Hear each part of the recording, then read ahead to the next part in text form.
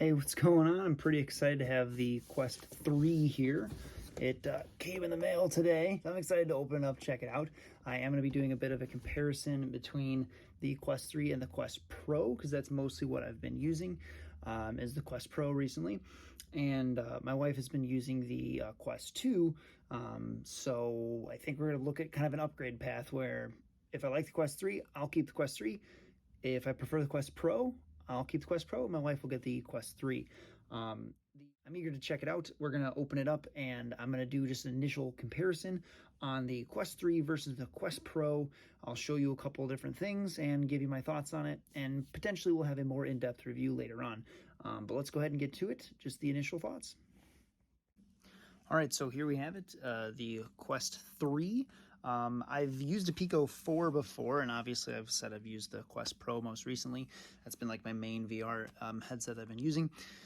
Initial impressions, it's not crazy small. The Pico 4 was like, oh my gosh, look at this thing, it's tiny. This doesn't seem crazy small.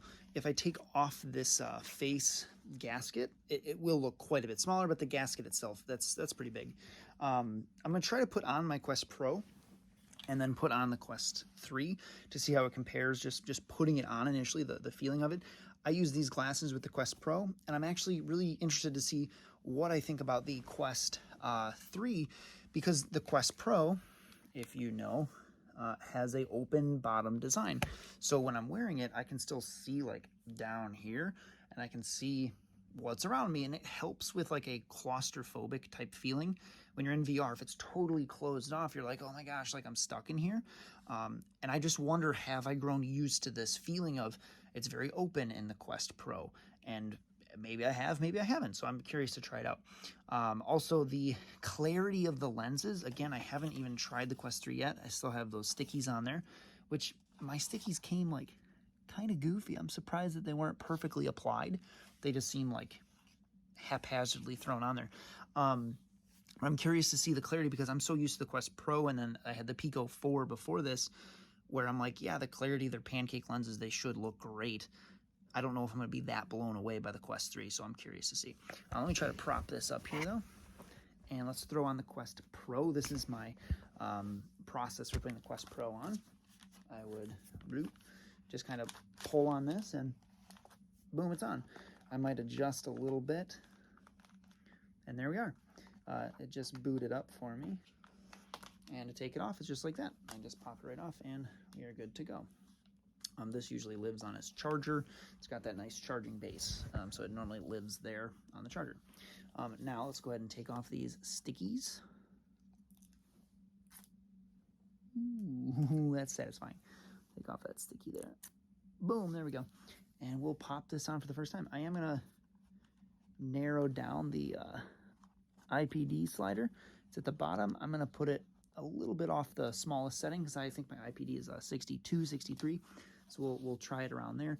And I think I'm gonna try to just use this with the basic strap, because I kind of want to use this as more of a travel situation, whereas the Pro, one of the big things I don't like about it, it's locked into this size. It doesn't get smaller. This is the size of the Pro. Whereas the Quest 3, it can be this small. It can be a pretty small package, because it's, you know, you have the fabric strap. That's not an option on the Quest Pro. Here we go, I'm gonna pop it on. I don't know if it's gonna turn on, but I'm gonna pop it on and see how it feels. So definitely need some adjustment of this strap here quite a bit. They really ship this to you pretty loose. I'm gonna have to adjust that quite a bit, because that's super loose for what would be required. Okay, I can tighten up like that. Okay, let's try again. All right, now I've overdone it. It's really tight, but no problem there with the feel of it. It feels like an old VR headset that I used to use, not the open style of the Quest Pro, but the big old gasket that's right on top of my face. And it fits my glasses totally fine. I was a little concerned about my glasses fitting in there, but it looks like it's gonna fit those glasses just fine. So that's nice. So yeah, I'm gonna boot it up, get it set up, and then I will let you know what that looks like on the pass-through and overall how I feel about it. All right, so about 2 seconds after I stopped that old recording, I click the power on button, wherever it is, and it actually starts you up in a mixed reality where it has a TV screen. It's showing you kind of what's going on. And having just had the Quest Pro on and just now popping into this where I can see the pass-through cameras, it is an improvement. It is better than the Quest Pro, but it's not groundbreaking. I'm going to say that right now. Now, the Quest Pro came a long way. When it was first launched, the pass-through was very bad, and it got improved, and it looks decent now. It's serviceable. I can use it for mixed reality if I'm using it for virtual screens. I can see my keyboard, and it works fine. This is better. It's better than the Quest Pro, but it's not like, oh my gosh, I could live my entire life with this thing on my face. I don't ever have to take it off. I can already tell you that. It's better, but it's not absolutely amazing. I'm going to continue with this setup process. It's been about 30 seconds since I hit stop record, and I have fog on the lenses. Again, a non-issue on Quest Pro. Quest Pro being totally open design, airflow comes through there. I haven't dealt with fog in 6 months on a VR headset, and I have fog within the first 2 minutes of wearing the Quest Pro or Quest 3. I have fog on the lenses. I thought that was an issue that I would never have to see again. Here it is. I got fog on the lenses. I'm going to continue with the setup process starting now. I mean, Quest 3 looks a little more detailed. I just realized my Quest Pro, when I was doing some recordings, I had night mode turned on. Quest 3 looks a little more detailed in both day mode and night mode, but not crazy so. Not an insane amount of difference. Both of them I'm happy with in terms of using mixed reality. But we'll see. We'll see how it goes once I actually start using these side by side, back and forth between the two. Let me pick these up, and as soon as I touch them, I'm gonna click the little grip button, and we'll see how fast they connect.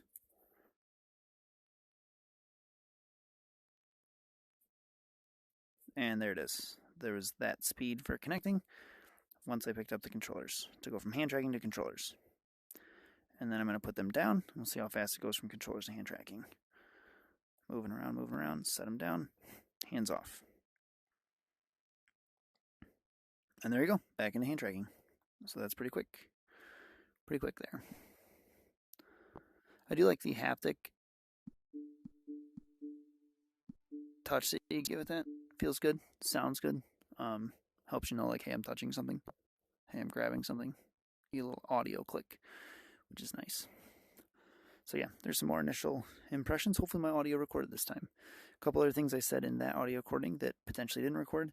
Passthrough is definitely better on Quest 3, but I'm not upset by the Quest Pros. The Quest Pro Passthrough, Quest 3 Passthrough are both very serviceable. They're both allowing me to do something quickly through the headset, not having to take it off. If I need to check the time, if I need to look at the dog or a baby or something, please don't use this with a baby that is awake. My baby's asleep upstairs. Please don't use this while you're supposed to be taking care of a baby. But you can read things in both of them. This is pretty readable from this distance. If I pull it up close and I close one eye, I can really read it. From this distance, pretty much not readable, right? Pretty much not readable from arm's length distance. I cannot read that on the Quest 3. Likewise, on Quest Pro, I would not be able to read it. But here, I can read it on Quest 3. It looks pretty crisp. I can read it on Quest Pro. Doesn't look quite as crisp, but I can definitely still read it on Quest Pro. So I don't think it's this huge, crazy update, but I do think Quest 3 with the depth sensor has this huge amount of improvement that can happen, and lots of new things that can happen because of the depth sensor and because of the slightly improved pass-through quality. I'm excited to see where they go. I'm hoping that they really try to challenge Apple with their Vision Pro headset and get the Quest Pro to be something, or the Quest 3 to be something that you can use in replacement of a laptop. I think that would be really cool to see the ability to have my little keyboard here, and boom, I'm typing, I'm clicking, I'm moving around. That would be really cool to see. I think the eye tracking is potentially really big for Vision Pro and for Quest Pro, where I can look around and then click instead of having to point and touch everything. I think that helps a lot. That's why we're so good at using computers. You can just look around quickly, and your mouse is super quick. You don't have to actually move your hand to touch something. You can just move the mouse a tiny bit. it helps us be more efficient, I guess. I think eye tracking can help with that. This is starting to just become kind of me talking and not actually trying this out and using it. I'm just using my time to give some initial, I guess, impressions on what I'm thinking, what I'm seeing. Quest 3, I think, is a amazing purchase for $500. If you have a Quest Pro, I don't know that it's an upgrade. I think it's a great piece of technology. But if you already have a Quest Pro, and especially if you do PC VR, if you're connecting to a PC, I don't think the Quest Pro, you would look at this as much of an upgrade. Resolution's a little better, not crazy, not stunning. Clarity, the same. I would say that the clarity with the Quest Pro and the Quest 3 are the same in terms of those pancake lenses. Pancake lenses are excellent in the Quest Pro. Very, very good, excellent in the Quest 3. Haven't tested it a ton, but I will, of course, test it more. I mean, you get edge clarity just like the Pro. I mean, I'm looking through. I can look and move my eyes all around without moving my head. Everything's very clear. Likewise, Quest Pro.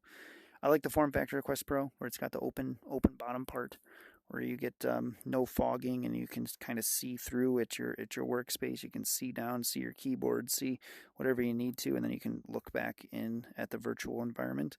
I didn't think I would like that. I thought I would use the full light blocker, but I just like these little side things, and I think this is perfect. This works really, really well for me. Once you're immersed in something, you don't really look down very much, and it's actually really nice. I think a lot of people who have Quest Pros will say the same thing, that they like the open nature of it. Initially, I thought I would hate it. I don't hate the Quest 3. I thought I might feel a little claustrophobic going back to being stuck inside of the face gasket, but I have no problem with it. It's really nice. A side note, I am using my glasses, and I am at the closest setting, and I'm not touching the lenses. I've got a tiny gap there, so we should be okay. Hopefully the mic picked up. We can do a little mic test of the Pro versus the 3, so we can hear the comparison of the Quest 3 microphone versus the Quest Pro microphone. I am, again, recording this pass-through environment. It is slightly less quality in the Pro that I'm currently wearing, but it's still, I can see my environment. I can check on what I need to check on in my environment, and if I really had to read something, if I bring it to this distance, which is what I did with the Quest 3, I can read that. I can read what that says. It's not as crisp as the Quest 3, but if I bring it up like this, I can read it perfectly fine. If I hold it at arm's length, I can definitely not read it, just like Quest 3. I could not read it from this length, but from here, I can read it fine. I can read what those words say, so totally fine. I can check the time pretty easily through the pass-through camera on either of these, and yeah. The other test that I did was checking to see how quick the controllers activate. I picked up the Quest 3 controllers, and I clicked them right away. We're going to do the same thing here. I'm going to click the side button right away on the Quest Pro controller. Right as I pick it up, we're going to see how fast they connect, because that was one gripe that I had with the Quest 3 or Quest Pro in the past, was when I pick up the controllers, they would take a while to connect. So let's click them. I clicked them right as I picked them up, and they are connected. They are fully tracking. They are connected. So that was very, very quick. I don't think either is quicker at this point. I don't think Quest 3 is quicker than Quest Pro. I think that was the same. Let's go ahead and set them down and go into hand tracking. See how fast we go into hand tracking.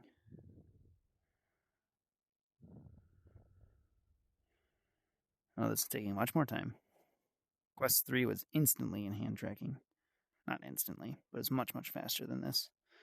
It is not recognized that I've set those down really yet. It still is wanting me to use them.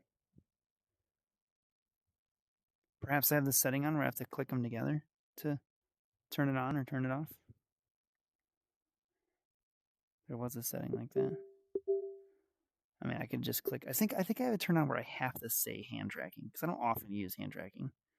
I think I have it set up where I have to use it. But let me go ahead and pick them up again. Click them, and yeah, they're connected almost instantly. So I don't think I have it where I can automatically turn them on to hand tracking, because I think I set them down when I do like PC VR stuff, like racing and stuff. So I think that it's weird. I don't have it automatically turn on. I think I have to physically go boom, click hand tracking, and go into it, because I like that. Probably would set up the Quest 3 that way too, so it's really not an issue. There we go. That is the kind of test, the see-through of it,